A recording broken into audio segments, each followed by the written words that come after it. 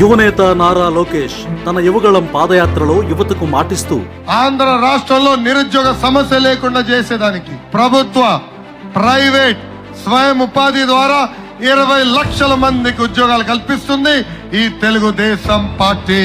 ఇన్ని ఉద్యోగాలు ఇవ్వాలంటే ఎన్ని పరిశ్రమలు రావాలి?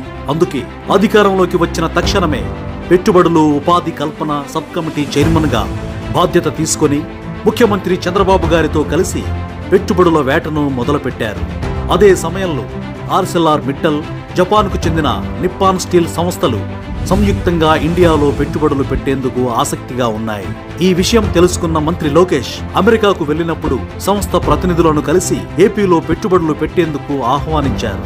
ఆ తర్వాత నవంబర్ మొదటి వారంలో Aditya and I agreed about Andhra Pradesh on one Zoom call. I knew Adit for a long time, so I reached out to him. He said, "Okay, let's do a Zoom call." He had 3 specific asks. 2 of them had to do with the government of Andhra Pradesh, one with government of India. So our call was at 6:30 in the evening, and I said, normally I meet the Honorable CM in the morning at about 9:30. I said, I'll talk to him. I'll give you an update. 10:30, I said all 3 are done. ఆ ఒకే ఒక్క Zoom call తో AP పారిశ్రామిక ముఖ చిత్రాన్ని మార్చేసే డీల్ను పట్టేశారు. అనకాపల్లి జిల్లాలో 1,50,000 కోట్లతో integrated steel plant ఏర్పాటు చేసేలా ఒప్పించారు. దేశంలోనే అతిపెద్ద ఇంటిగ్రేటెడ్ స్టీల్ ప్లాంట్ కావడం వల్ల సుమారు 1,00,000 మందికి ప్రత్యక్షంగా పరోక్షంగా ఉపాధి లభిస్తుంది. పెట్టుబడులు పక్కా అని తెలిసాక ఏపీ ప్రభుత్వం తరపున అనుమతులన్నీ వేగంగా మంజూరయ్యాయి.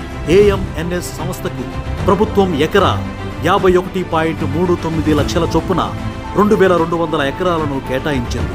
17.8 మిలియన్ టన్నుల కెపాసిటీతో ఏర్పాటయ్యే ఈ స్టీల్ ప్లాంట్ తొలి దశలో 7.3 మిలియన్ టన్నుల కెపాసిటీతో జేవీ నక్కపల్లి సమీపంలో 70,000 కోట్ల పెట్టుబడులతో ప్లాంట్ నెలకొల్పుతోంది. దీనివల్ల 30,000 మందికి పైగా ప్రత్యక్ష పరోక్షంగా ఉపాధి అవకాశాలు లభిస్తాయి. 2026 మార్చి 23న భూమి పూజ చేసుకుంటున్న ఈ ప్లాంట్ నిర్మాణాన్ని 2029 నాటికి పూర్తి చేయాలని లక్ష్యంగా పెట్టుకున్నారు. అనకాపల్లికి ఆర్సెల్ఆర్ మిట్టల్, నిప్పాన్ స్టీల్ రావడంతో మరిన్ని పరిశ్రమలు ఈ జిల్లాకు క్యూ కడుతున్నాయి.